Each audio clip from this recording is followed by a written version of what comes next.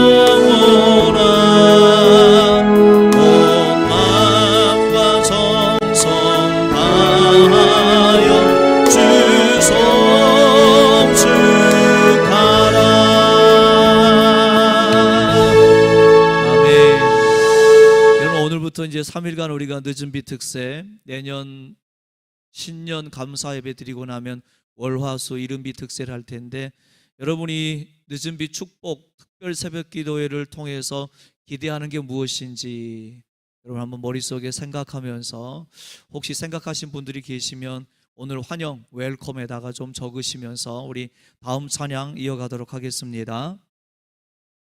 여러분에게 한번 질문해 보세요. 여러분 스스로에게, 너는 이번 특세에 무엇을 기대하고 있니? 라고 한번 질문해 보셨으면 좋겠어요.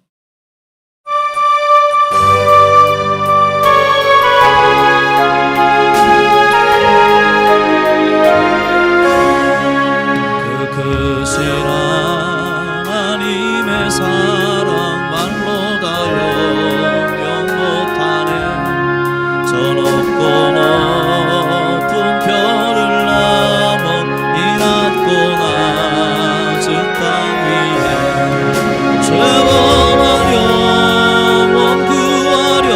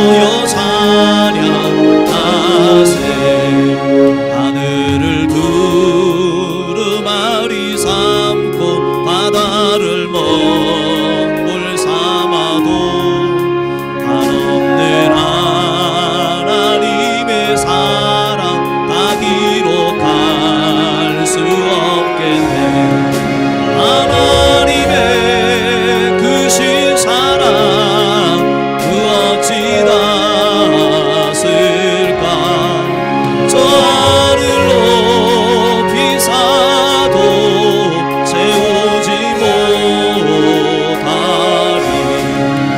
하나님 크신 사랑은 증량다 못하네. 영원히 변치 않는 사랑 선보여 찬양하세. 그 크신 하나님의 사랑 말로 다 영영 못하네. 저 높고 높은 별을 넘어 이 낮고 낮은 땅 위에 죄범한 영혼 구하려 그 아들 보내사 아무 죄물 삼으시고 죄 용서하셨네. 하나님 크신 사랑은 증량다 못하네. 영원히 변치 않는 사랑 선보여 찬양하세. 괴로운 시절 지나가고 땅 위에 영화쇠할 때 주 믿지 않던 영혼들은 큰 소리 외쳐 울어도 주 믿는 성도들에게 큰 사랑 베푸사 우리의 죄 사했으니 그 은혜 잊을까. 하나님 크신 사랑은 증량다 못하네. 영원히 변치 않는 사랑 선보여 찬양하세. 하늘을 두루마리 삼고 바다를 먹물 삼아도 한없는 하나님의 사랑 다 기록할 수 없겠네. 하나님의 크신 사랑 그 어찌 닿았을까. 저 하늘 높이 사도 채우지 못하리. 하나님 크신 사랑은 증량다 영원히 변치 않는 사랑 선보여 찬양하세. 하나님 크신 사랑은 증량다 못하네. 영원히 변치 않는 사랑 선보여 찬양하세. 우리 함께 이 시간 한 해를 돌봐주시고 지켜주신 하나님께 감사하며 그 은혜를 찬양하며 함께 기도합니다. 하나님 감사합니다. 한 해를 돌아보니 모든 것이 다 하나님의 은혜였습니다. 당연한 것 하나 없었습니다. 다 하나님의 은혜였습니다. 그 은혜를 찬양하고 경배합니다. 무엇 하나 당연한 것 없었고 무엇 하나 우연히 된 것 없었고 모든 것이 다 하나님의 섭리이며 뜻이며 하나님의 은혜였음을 고백합니다. 오늘 하나님 그 은혜를 찬양하고 그 은혜를 경배하며 그 은혜 앞에 머리를 조아리고 그 은혜를 기억하며 하나님께 감사의 예배를 올려드립니다. 주여 우리 가운데 임재하시고 우리를 다스리시며 우리를 통치하시옵소서. 모든 영광 주께 올려드리며 거룩하신 예수님의 이름으로 기도드립니다. 아멘. 네, 나눠드린 유인물 오늘 하나님의 말씀은 고린도후서 8장 9절에서 15절 말씀까지 보도록 하겠습니다. 고린도후서 8장 9절에서 15절입니다. 제가 한 절, 여러분이 한 절, 마지막 절은 다 같이 함께 이렇게 교독 하시고 봉독하시겠습니다. 제가 먼저 9절 먼저 교독합니다. 우리 주 예수 그리스도의 은혜를 너희가 알거니와 부요하신으로서 너희를 위하여 가난하게 되심은 그의 가난함으로 말미암아 너희를 부요하게 하려 하심이라.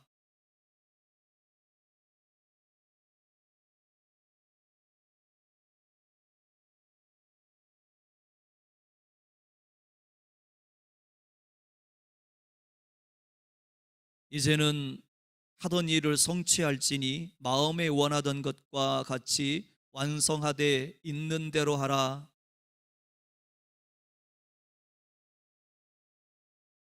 없는 것은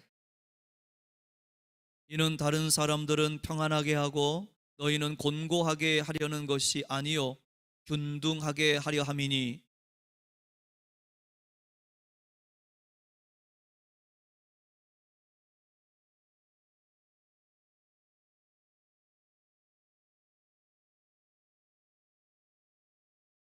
함께 읽습니다. 기록된 것 같이 많이 거둔 자도 남지 아니하였고 적게 거둔 자도 하지 아니하였느니라. 아멘. 네, 내일부터는 오시면 먼저 일본에 있는 웰컴 환영의 질문이 하나씩 있을 거예요. 내일 또 질문이 하나 있을 텐데 여러분 기도하시면서 한번 곰곰이 생각하시면서 거기다 좀 적어 놓으시면 우리가 바로 찬양 들어가도록 하겠습니다. 자, 말씀은 가난을 받아들이지 마십시오. 가난을 거절하십시오. 따라합시다. 나는 가난하지 않습니다. 나는 가난을 거절합니다. 네, 우리가 사실 이 축복 새벽 기도회지 않습니까? 늦은 비 축복, 이른 비 축복. 그래서 축복에 관계된 메시지를 좀 생각하다가 축복과 반대되는 가난이라는 걸 끌어내지 못하면 우리가 결국 축복을 취할 수는 없거든요.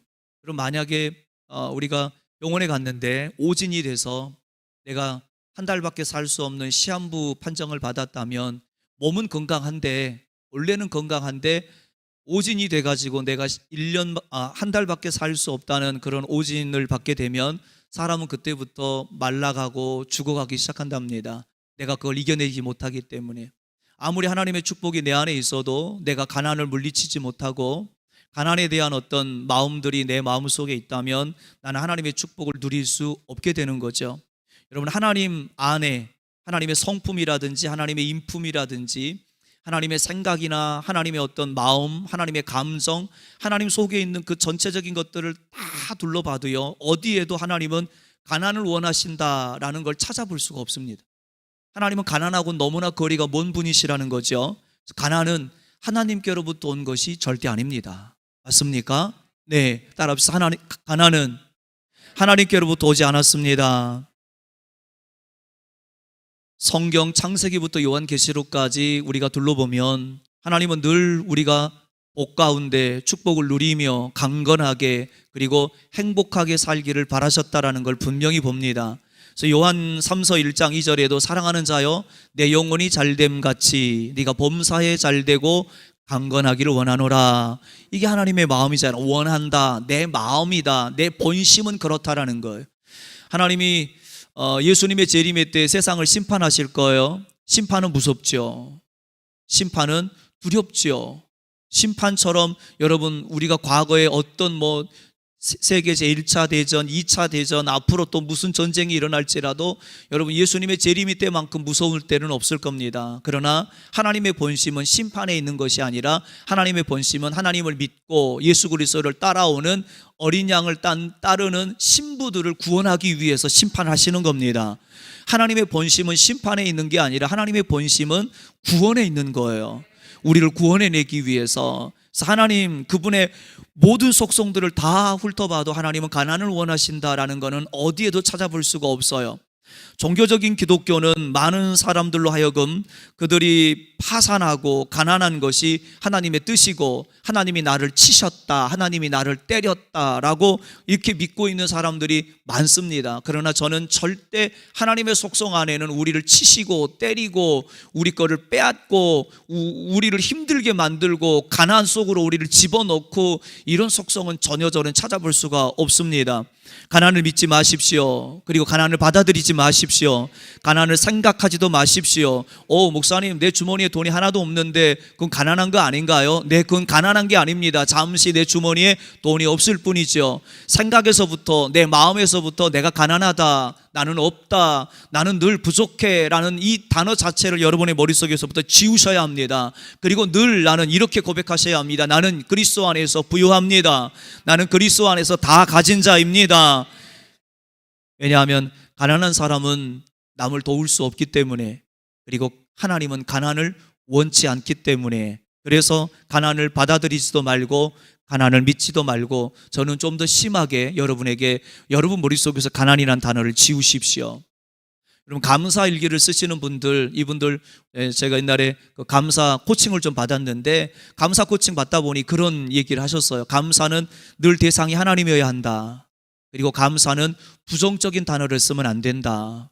부정적인 단어, 그러니까 가난이라는 단어를 쓰지 말라는, 머릿속에 지우라는 거죠. 나는 가난하지 않습니다가 아니라 나는 부유합니다 라는 단어로, 긍정적인 단어로 바꾸라는 거죠. 그래서 여러분, 오늘도 여러분이 감사일기를 쓰게 될 거고요. 또 앞으로도 계속해서 새벽에 나오시면 새벽 큐티집에서 감사일기를 매일 씁니다. 그때 여러분은 감사의 대상을 하나님께, 그리고 감사해서 부정적인 단어를 쓰지 말자. 하나님, 저의 아픈 것을 치료해 주세요가 아니라 하나님, 저를 강건하게 하옵소서, 저를 만져 치유하소서, 이런 어떤 긍정적인 언어를 쓰는 거죠.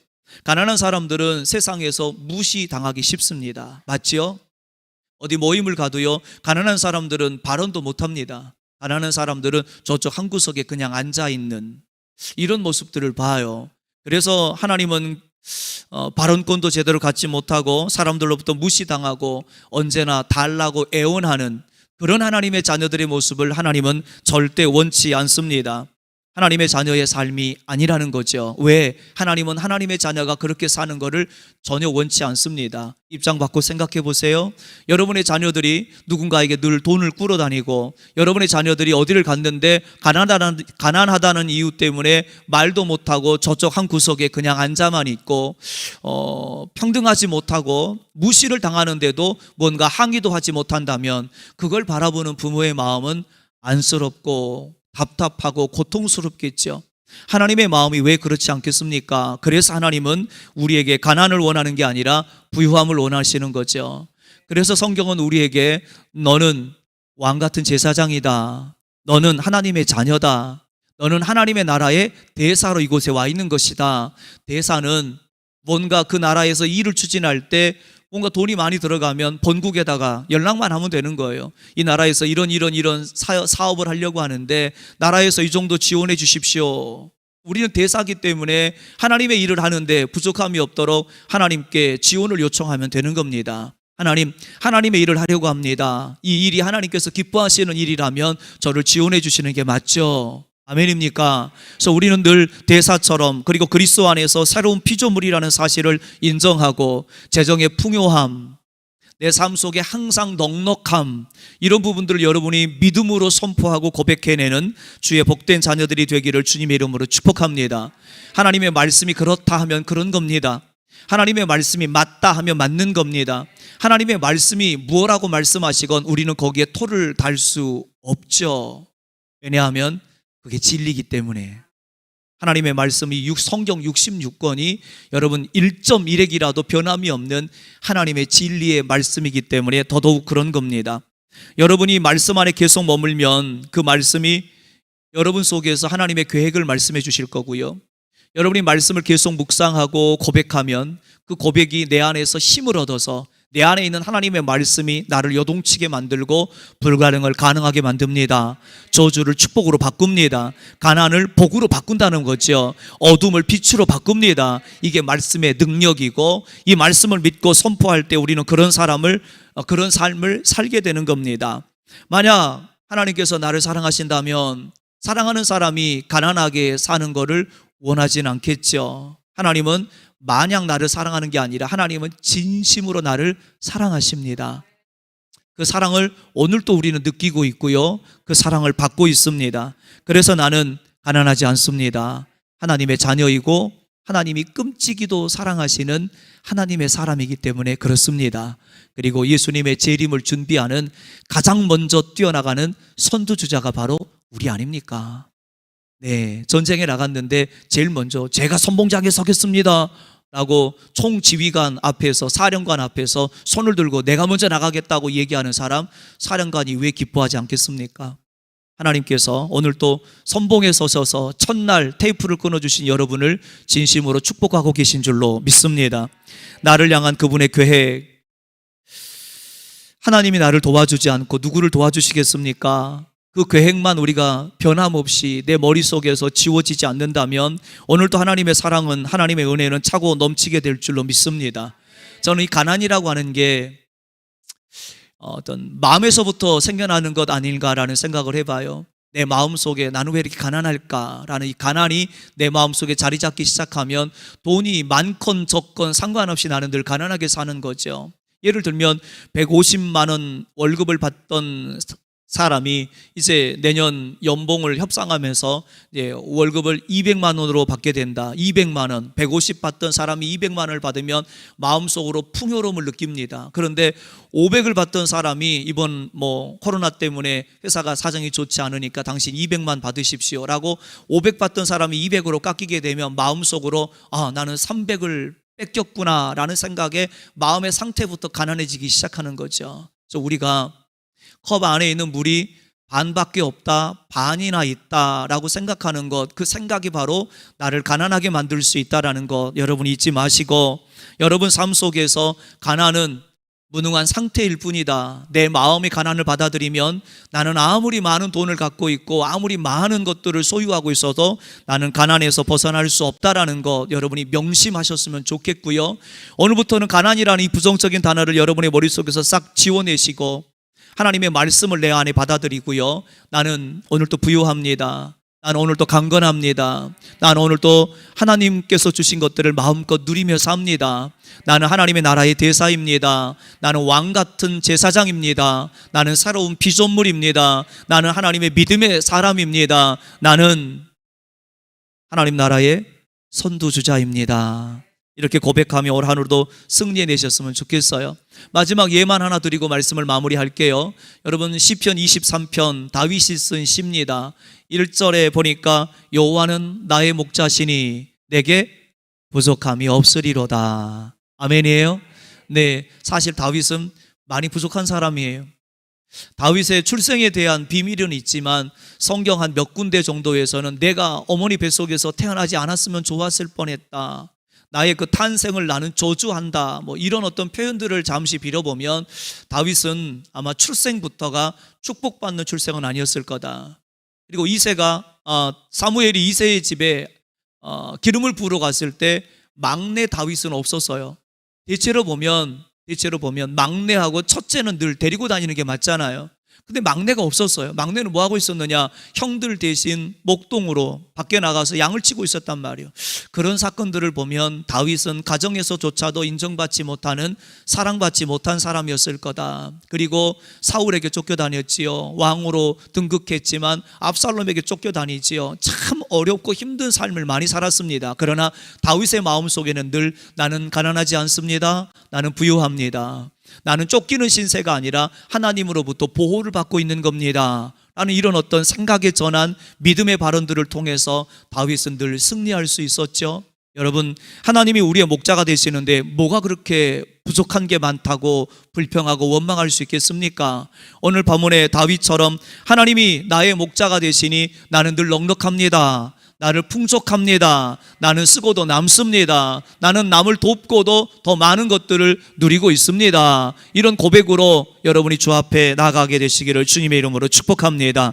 말씀이 너는 형통한 사람이다 라고 말씀하시면 형통인 겁니다. 요셉은 형들에게 팔려가잖아요. 노예로 팔려갔어요. 노예 생활을 열심히 하고 있는데 그나마 마음 잡고 열심히 하는데 거기서 누명을 쓰고 감옥에 갇히잖아요. 이거는 여러분 정치범 수용소입니다. 왕궁에서 죄를 짓고 갇혀 있는 사람들, 여러분 죄수가 그리고 노예가 그곳에 같이 갇힐 수가 없는 거예요. 그럼에도 불구하고 하나님은 그들과 함께 있게 하시고 그 속에서 하나님은 하나님의 놀라운 것들을 이루어내시죠. 근데 성경에 보면 노예로 팔려간 요셉, 보디발의 집에서 그는 형통하였더라. 형통이란 단어를 썼어요. 그리고 여러분 감옥에 갇혔는데도, 누명을 쓰고 감옥에 갇혔는데도 그 속에서 요셉을 향해서 하나님은 뭐라고 표현했느냐? 요셉은 옥중에서도 형통했더라. 여러분 우리의 생각을 완전히 바꿔야 합니다. 형통은 내가 돈을 많이 벌고 자유를 누릴 때 형통이라고 하는 게 아니라, 형통은 하나님이 나와 함께 계실 때 형통인 거예요. 하나님이 내 안에 계시면 나는 부유한 거예요. 내 마음의 상태를 바꾸고 내 고백들을 바꾸고 하나님과 늘 함께하고 있는 그 모습에 나는 감사하고 하나님께 영광 올려드리기를 주님의 이름으로 축복합니다. 아멘. 자, 이제 여러분이 교재를 보시고요. 자, 오늘 말씀 가운데 그리고 설교 가운데 마음에 와닿는 한 구절 있다면 한번 한 문장으로만 적어 보셨으면 좋겠어요. 네, 펜이 없으시면 여러분이 자그마한 목소리로 고백하셔도 좋겠습니다. 오늘 말씀 속에서 특별히 내 마음에 레마로 확 와닿는 부분들을 적으시는 거예요. 뭐가 그렇게 여러분의 마음속에 오셨습니까? 아, 나는 잘못 생각하고 있었구나. 나는 돈이 많은 게 부요라고 생각했는데 하나님이 내 곁에 계시면 나는 부유한 사람이구나. 다윗은 그래서 하나님을 가까이 함이 내게 복이다. 하나님을 가까이 하는 것이 내게 복이다. 그리고 끝나셨으면 감사일기까지 쓰십니다. 오늘 아침에 깜짝 놀랐어요. 눈이 와 있어서 집사람이 먼저 나가더니 어떡해요? 눈이 엄청 많이 왔어요. 근데 내려가서 보니까 많이는 오지 않았고요. 우리 합병 예배 드리는 날도 눈이 왔고 특세 첫날도 눈이 오고 우리는 참 복받은 사람이라 생각합니다. 네, 이런 것도 생각의 전환이죠. 네. 특세 첫날 하늘에서 눈을 주신 것도 감사, 눈을 주신 하나님께 감사. 여러분 특세 때문에 잠을 조금 덜 주무시겠죠? 그렇지만 하나님 오늘 하루도 건강 지켜주실 줄로 믿습니다. 피곤치 않도록 우리를 돌봐주실 줄로 믿습니다.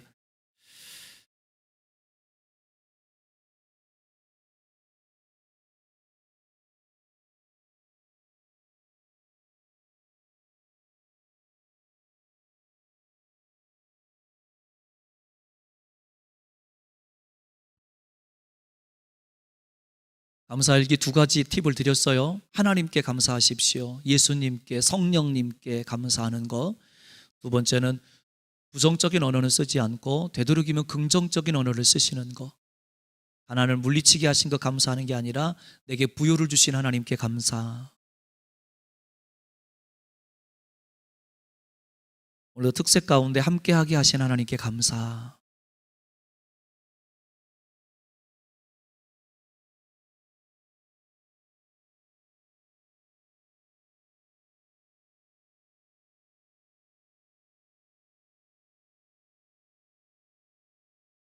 네, 30초만 더 드리겠습니다. 시간을 많이 드릴 수 없고요. 혹시 일찍 오실 수 있는 분들은 먼저 오셔서 이렇게 감사들도 쓰시고 1번 웰컴도, 환영도 여러분들이 좀 준비하셨으면 좋겠습니다. 자, 뒷면 넘기시면 오늘부터는 이제 각 분야에 대한 회개 기도를 좀 할 거예요. 코로나는 사실 우리에게 회개를 원하시는 하나님의 마음이거든요. 그래서 오늘은 나 개인을 향해서 회개하고요, 우리의 가정에 대한 회개문을 2가지 정도 만들었어요. 그래서 22가지인데요 제가 홀수를 읽으면 여러분이 짝수를 읽고 하나씩 교독하시면서 우리 진심으로 읽는 곳에 여러분 의의를 두지 말고 여러분의 마음을 모아서 그렇게 진심으로 회개하는 마음으로 함께 하셨으면 좋겠어요. 자, 첫 번째 회개 기도문입니다. 개인에 대하여 1. 성장과 변화, 열정이 사라진 형식적인 신앙생활을 회개합니다.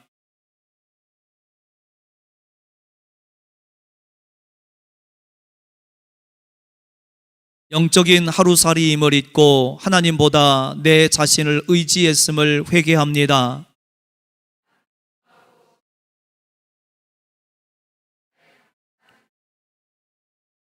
네, 목사님 음악 작게 좀 틀어주시고요. 다섯 번째, 하나님의 자녀라는 거룩한 자존감을 상실한 채 비교 의식에 빠져 불평과 원망했던 것을 회개합니다.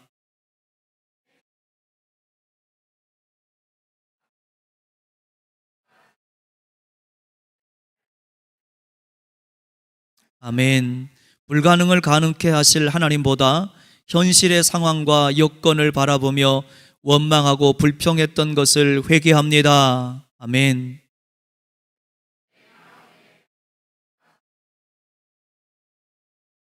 아멘. 나와 다르다는 이유로 주님이 사랑하는 형제 자매를 판단하고 정죄하고 미워했음을 회개합니다. 아멘.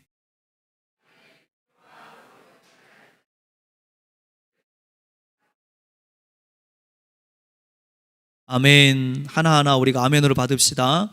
하나님의 용서를 경험한 자로서 정작 다른 사람은 용서하지 못했음을 회개합니다. 아멘.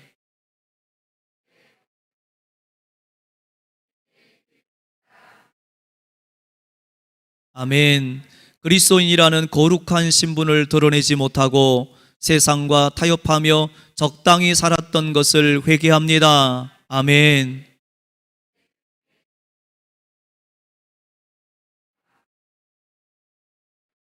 아멘. 때를 얻든지 못 얻든지 복음을 증거하지 못했음을 회개합니다. 아멘. 가정에 대하여,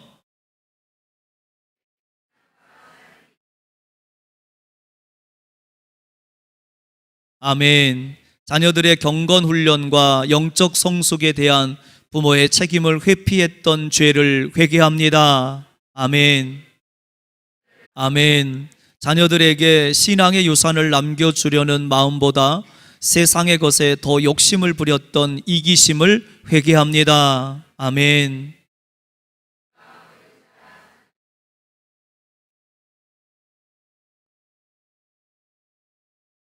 아멘. 네, 이제 불 좀 꺼주시고요. 우리 오늘 이 회개문 붙잡고 또 여러분 가난을 물리치시고 부유함을 주신 하나님께 감사하며 이 시간 기도하시다가 자유롭게 기도하시다가 돌아가셨으면 좋겠습니다. 함께 이 시간 우리 주여 한번 외치시고 함께 이 시간 기도하는 시간 같습니다.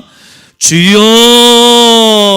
하나님, 오늘 우리가 가난은 반대되는 축복에 관한 메시지를 살펴봅니다. 우리는 절대 가난하지 않습니다. 우리는 부유합니다. 오늘도 내 삶 속에 부유를 선물로 주신 하나님께 경배와 찬양을 올려드립니다. 하나님, 이 가운데 오시고 우리와 함께 계시고 우리를 다스리시고 우리를 통치해 주시기를 간절히 서원합니다. 오소서, 임하소서, 이곳에 충만하시옵소서. 연약한 우리 그리스도 안에서 강건하게 하시고